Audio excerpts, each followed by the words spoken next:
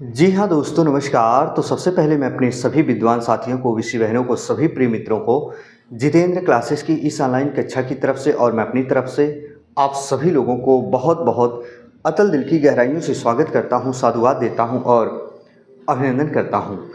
दोस्तों, जो हमारे मित्र, हमारे विद्वान साथी और विषय बहनें लोअर पीसीएस की तैयारी कर रहे हैं, यानी यूपी लोअर पीसीएस की तैयारी कर रहे हैं, उनके लिए हिंदी की क्लास अनवरत स्टार्ट हो चुकी है।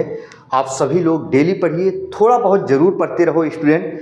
नहीं तो मैंने कितनी बार आपको बताया है स्टूडेंट, एक बार में सारी तैयारियां नहीं की जा सकती। इस वीडियो में आज हम समाज का दूसरा पार्ट यानी दूसरी क्लास लेकर आप सभी लोगों के सामने रूबरू मुखातिब हुए हैं और अच्छे से आपको पढ़ना है स्टूडेंट। आज हम एक एक समास को क्लियर करेंगे, उसमें कौन सा पद प्रधान होता है। स्टूडेंट आइए, समास के बारे में हम पढ़ रहे थे तो हमारा समास ही बिंदु चल रहा है स्टूडेंट, समास ही बिंदु चल रहा है। लेकिन आज समास की दूसरी क्लास है स्टूडेंट। आज हम बात करेंगे इस पर कि पदों की प्रधानता के आधार पर समास के प्रकार पर। जी हाँ, जा देखो, पदों की प्रधानता के आधार पर समास के प्रकार। क्या मैंने लिखा स्टूडेंट? पदों की प्रधानता के आधार पर समास के प्रकार कितने होते हैं? तो मैंने कल बताया था स्टूडेंट, 4 बताया था। वो कौन कौन से होते हैं प्रिय स्टूडेंट? आइए जरा देखते हैं। पहला क्या होता है? अव्ययी भाव समास। ये जानना बेहद जरूरी है स्टूडेंट, अव्ययी भाव समास। दूसरा क्या होता है? तत्पुरुष समास होता है। क्या होता है? तत्पुरुष समास होता है। पहला अव्ययी भाव समास होता है। तीसरा होता है स्टूडेंट द्वंद्व समास होता है। क्या होता है? द्वंद्व समास होता है। और चौथा क्या होता है स्टूडेंट? बहुव्रीहि समास होता है। बहुव्रीहि समास होता है स्टूडेंट। ये जरा देखो, ये 4 होते हैं कौन से? पदों की प्रधानता के आधार पर 1, 2, 3 और कितने होते हैं स्टूडेंट? 4 होते हैं। आपने देखा होगा इन 4 में बहुत सारे समास इंक्लूड मैंने नहीं किया, सम्मिलित नहीं किया। जैसे स्टूडेंट दिगु, जैसे कर्मधारय, जैसे दिगु, जैसे कर्मधारय। आइए पहले इनको देखते हैं। अब पदों की प्रधानता के आधार पर समास के प्रकार तो 4 होते हैं, पर मैंने कल की कक्षा में बताया था जो पहली क्लास पढ़ी है उसको जरूर देखें। पहली के बाद दूसरी, इसके बाद तीसरी, ऐसे आपको क्रम से देखना है। अगर आपसे समास के प्रकार या समास के भेद पूछा जाए तो आपको 6 क्लिक करना है। 6 होते हैं, लेकिन पदों की प्रधानता के आधार पर 4 होते हैं। आइए स्टूडेंट, पहले हम इसको देखेंगे। अव्ययी भाव समास का कौन सा पद प्रधान होता है? तत्पुरुष समास का कौन सा पद प्रधान होता है? द्वंद्व का कौन सा होता है? बहुव्रीहि समास का कौन सा पद प्रधान होता है? आपको रटना नहीं, समझना है। मैंने सीरियल वाइज ये रखा है स्टूडेंट। तो अव्ययी भाव समास पहले नंबर पर आता है स्टूडेंट। याद रखना, इसका कौन सा पद प्रधान होता है? हमेशा और हमेशा पहला पद प्रधान होता है। अव्ययी भाव समास पहले नंबर पर है तो इसका कौन सा पद प्रधान होता है? पहला पद प्रधान होता है। क्या होता है? पहला पद। पहले पद को ही स्टूडेंट क्या कहा जाता है? मैंने ऑलरेडी आपको बताया है, इसी को पूर्व पद कहा जाता है, या इसी को क्या कहा जाता है? प्रथम पद कहा जाता है। यानी इसका सबका मतलब क्या है? एक है। अव्ययी भाव समास का पहला पद प्रधान होता है या पूर्व पद होता है या प्रथम पद, इसका सबका मतलब एक होता है। तत्पुरुष समास दोस्तों दूसरे नंबर पर है। जरा देखो, यहाँ दूसरे नंबर पर है तो इसका दूसरा पद प्रधान होता है। कौन सा पद प्रधान होता है स्टूडेंट? दूसरा पद प्रधान होता है। और दूसरे पद को और क्या कहा जाता है? उत्तर पद कहा जाता है स्टूडेंट। इसे और क्या कहा जाता है? उत्तर पद कहा जाता है। यहाँ हम आबलिक करके लिख दे रहे हैं। इसे और क्या कहा जाता है? उत्तर पद कहा जाता है। उत्तर पद को और क्या कहा जाता है स्टूडेंट? अंतिम पद कहा जाता है। क्या कहा जाता है? अंतिम पद कहा जाता है। इसका मतलब यह हुआ तत्पुरुष समास दूसरे नंबर पर है तो इसका कौन सा पद प्रधान होता है? दूसरा। दूसरे का और क्या नाम होता है? उत्तर। उत्तर का और क्या नाम होता है? अंतिम पद। यानी चाहे हम तत्पुरुष समास का अगर पूछे ऑप्शन में कौन सा पद प्रधान होता है तो आप उत्तर भी लगा सकते हो, उत्तर पद या अंतिम पद या दूसरा पद, कोई ऑप्शन में रहे तो मार सकते हो। इन सब का मतलब क्या होता है? एक होता है। आइए स्टूडेंट आगे चलते हैं। क्या है ये द्वंद्व समास? द्वंद्व याद करने का तरीका है द्वय द्वय, दोनों पद प्रधान। किस समास के दोनों पद प्रधान होते हैं? तो दोनों पद प्रधान होते हैं दोस्तों, दोनों पद क्या होते हैं? प्रधान होते हैं। दोनों पद प्रधान किसके होते हैं? द्वंद्व समास के। कभी कभी ये नहीं पूछता है कि किस समास का दोनों पद प्रधान होता है, पूछेगा किस समास का उभय पद प्रधान होता है। तो उभय का मतलब होता है कॉमन या गुणनखंड, जैसे आप मैथमेटिक्स में हल करते हो, जैसे 3m + 2m होता है तो यम दोनों में है तो यम हम कॉमन ले लेते हैं। तो द्वंद्व समास का कौन सा पद प्रधान होता है? दोनों पद, या ऐसे भी कह सकते हैं उभय पद प्रधान। ये आपके कॉम्पिटिटिव एग्जाम में बहुत आता है, पूछता है उभय पद किस समास का प्रधान होता है? तो उभय पद किसका होता है? द्वंद्व समास का होता है। आइए हम बात करेंगे बहुव्रीहि समास। पूछेगा ऐसा कौन सा समास होता है जिसका कोई पद प्रधान नहीं होता, क्योंकि दो पद होते हैं, एक उत्तर पद, एक क्या होता है? पूर्व पद। तो दोस्तों दोनों पद इसके क्या होते हैं? गौण होते हैं। इसके दोनों पद क्या होते हैं? गौण होते हैं। गौण का मतलब जिसका महत्व कम हो, अर्थात इसमें तीसरा पद प्रधान होता है जो अपने आप में रूढ़ हो जाता है। समस्त योग रूढ़ शब्द ही बहुव्रीहि समास के एग्जाम्पल कहलाते हैं। सब बताएंगे स्टेप बाय स्टेप, जरा देखो। तो ये जो बहुव्रीहि समास है स्टूडेंट, ये इसके दोनों पद क्या होते हैं? गौण। पूछेगा किस समास का दोनों पद गौण होता है? दोनों पद गौण। गौण का मतलब क्या मैंने बताया स्टूडेंट? जिसका महत्व कम हो। तो दोनों पद गौण होते हैं, अर्थात इसमें क्या होता है? तीसरा पद प्रधान होता है। तीसरा पद क्या होता है स्टूडेंट? प्रधान होता है। तीसरा ना ऑप्शन में रहे तो पूछेगा किस समास का अन्य पद प्रधान होता है? तो अन्य पद प्रधान किस समास का होता है स्टूडेंट? बहुव्रीहि समास का होता है। बात समझ में आ चुकी होगी। एक बार लाइक वाला बटन जरूर प्रेस कीजिएगा। और इसके बाद हम बताने वाले हैं कैसे कैसे आपको याद करना है। एक बार स्क्रीनशॉट लो पहले स्टूडेंट।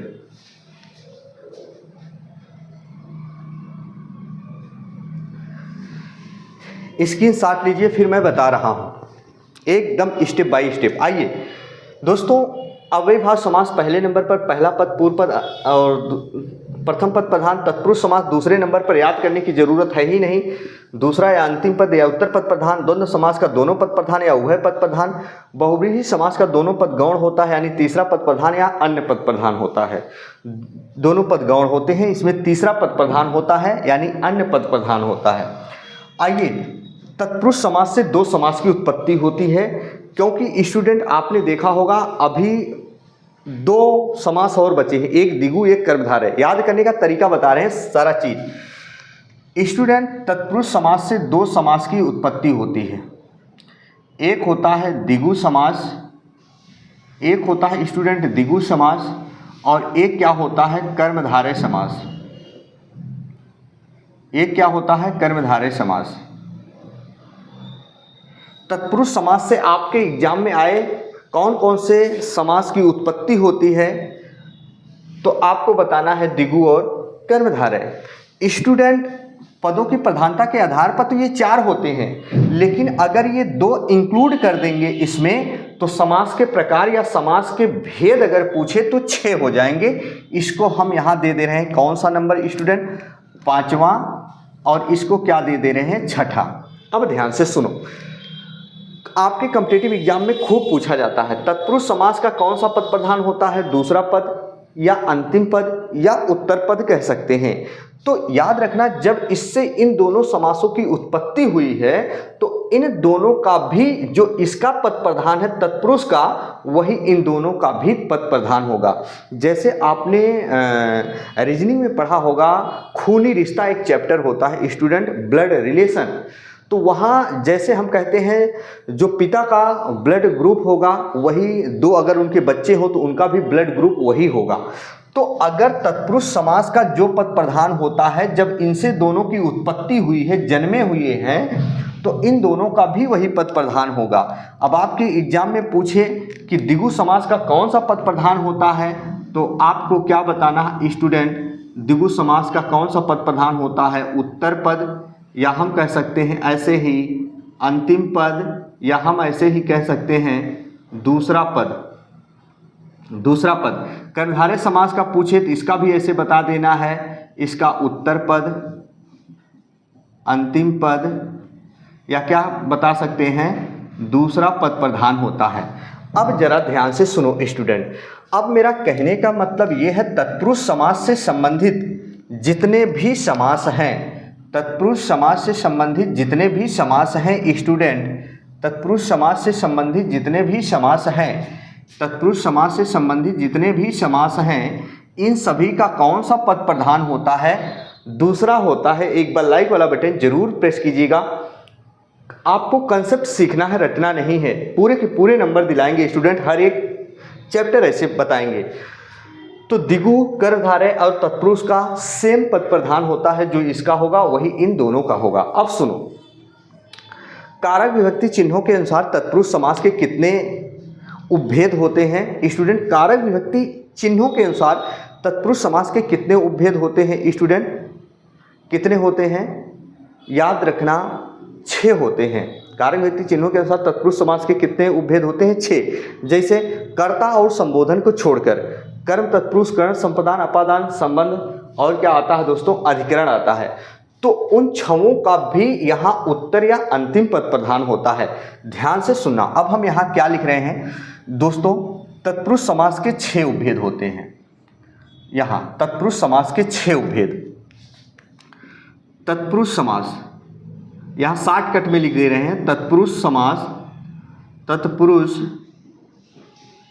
समास के 6 उपभेद होते हैं। उपभेद होते हैं स्टूडेंट। तत्पुरुष समास के कितने उपभेद होते हैं? 6 होते हैं। और इन 6 का भी उत्तर पद यानी अंतिम पद प्रधान होता है। तो यहाँ हम लिख दे रहे हैं स्टूडेंट, पॉइंट करके, वेरी वेरी इंपॉर्टेंट क्वेश्चन है।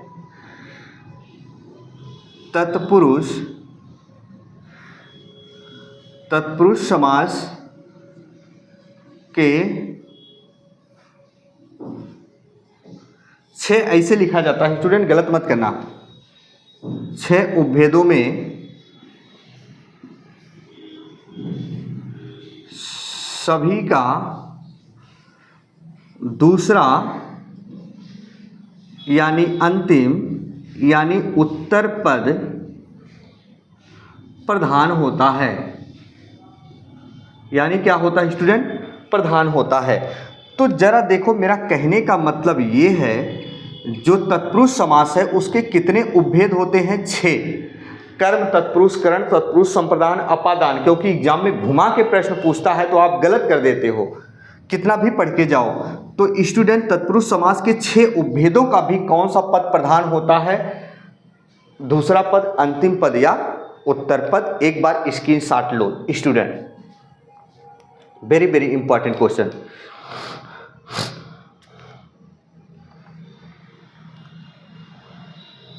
यहां तक की बात समझ में आ गई। अब स्टूडेंट समझो, ये समास पदों की प्रधानता के आधार पर ये हो गए 4 और ये 5, ये 6। अगर 2 ये इंक्लूड कर दोगे तो प्रश्न कैसे आएगा? समास के प्रकार या समास के भेद पूछे तो कितना लगाना है? 6। और पदों की प्रधानता के आधार पर समास के प्रकार पूछे तो 4। आइए अब आगे चलते हैं। समास के जो 2 पद होते हैं, उत्तर पद और अंतिम पद, जब तक दोनों पद एक में रहेंगे तब तक उनको क्या कहा जाएगा? जब दोनों पद अलग अलग हो जाएंगे तो उन्हें क्या कहा जाएगा? जैसे हम हमारे घर परिवार में हम 2 भाई हैं, जब तक एक में रहते हैं तो उनको समस्त परिवार या समस्त वर्मा परिवार, पाल परिवार, यादव परिवार ऐसे बोला जाता है। लेकिन स्टूडेंट, जब वही 2 भाई या 4 भाई अलग अलग हो जाते हैं, दूर दराज एरिया में बसने लगते हैं, तो उन्हें क्या कहा जाता है स्टूडेंट? आइए समझते हैं एग्जाम्पल के जरिए। प्रिय स्टूडेंट, अब आपको ये देखना है जो मैं बता रहा हूँ। जैसे अगर हम बात करें, जो समास होता है, समास जब तक दोनों पद एक में रहेंगे तब तक उन्हें क्या कहा जाएगा? ध्यान से सुनो। एक होता है समस्त या सामासिक पद कहा जाता है। समस्त या सामासिक पद क्या होता है? समस्त या सामासिक पद उसे कहा जाता है जब तक दोनों पद एक में होते हैं। जैसे मैंने दिया रसोई घर, एक एग्जाम्पल समझो, भी कुछ नहीं, इसके चारों तरफ के तथ्यों को समझो। रसोई घर, जैसे मैंने दिया स्टूडेंट कन्यादान, जैसे मैंने दिया राजमाता, जैसे मैंने दिया स्टूडेंट हवन सामग्री, हवन सामग्री। लेकिन स्टूडेंट ये समस्त या सामासिक पद है। क्यों? क्योंकि दोनों पद अभी इसमें देखो एक में है। एक रसोई एक घर, दो पद हैं। किसी भी समास में दो पद होते हैं, एक रसोई एक घर, एक कन्या एक दान, एक राजा एक माता, एक हवन एक सामग्री। यानी किसी भी सामासिक पद में, समस्त पद में दो पद होते हैं। एक रसोई एक घर, एक कन्या एक दान, एक राज एक माता, एक हवन एक सामग्री, यानी दो दो पद हो रहे हैं। लेकिन जब तक दोनों भाई या दोनों पद एक में है तब तक उन्हें समस्त या सामासिक पद कहा जाता है। और देखो, जब ये दोनों पद अलग अलग हो जाएंगे तो उन्हें क्या कहा जाता है? समास विग्रह। समास विग्रह क्या होता है स्टूडेंट? अब देखो, समास विग्रह आपसे पूछेगा तो क्या बताओगे? समस्त पदों को जो रसोई घर या कन्यादान है या हवन सामग्री है, ये समस्त पदों को अलग अलग करने की प्रक्रिया ही क्या कहलाएगी? समास विग्रह कहलाएगी। समस्त या सामासिक पदों को अलग अलग करने की प्रक्रिया ही क्या कहलाएगी? समास विग्रह कहलाएगी। समास विग्रह क्या होता है? समास का विलोम होता है, याद रखना। और या तो ना आए तो व्यास भी होता है, मैंने पहली वाली वीडियो में बताया है। आइए स्टूडेंट, यही चीज ऐसे लिख दे, रसोई के लिए घर। ये देखो, यही चीज लिख दे, कन्यादान, कन्या का दान। जैसे एक पिता अपनी बेटी का दान करता है तो कन्या के लिए नहीं, कन्या का दान होता है। सब बताएंगे क्यों, रीजन भी बताएंगे स्टूडेंट। कन्या का दान। ऐसे हवन सामग्री कहेंगे तो हवन के लिए सामग्री, हवन के लिए सामग्री। ऐसे राजमाता, राजा की माता। तो स्टूडेंट देखो, अब तक जो दोनों पद एक में थे, साथ साथ थे, अब दोनों पद दूर दूर हो गए। यानी रसोई यहाँ आया और घर यहाँ आया, लेकिन बीच में क्या आ गया स्टूडेंट? आपने देखा होगा बीच में क्या आ गया?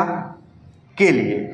ऐसे देखो, यहाँ स्टूडेंट कन्या यहाँ आया, दान यहाँ आया, बीच में क्या आ गया स्टूडेंट? इस समझो इस लॉजिक को, का आया। ऐसे देखो स्टूडेंट, यहाँ हवन यहाँ आया, सामग्री यहाँ आया, बीच में क्या आ गया स्टूडेंट?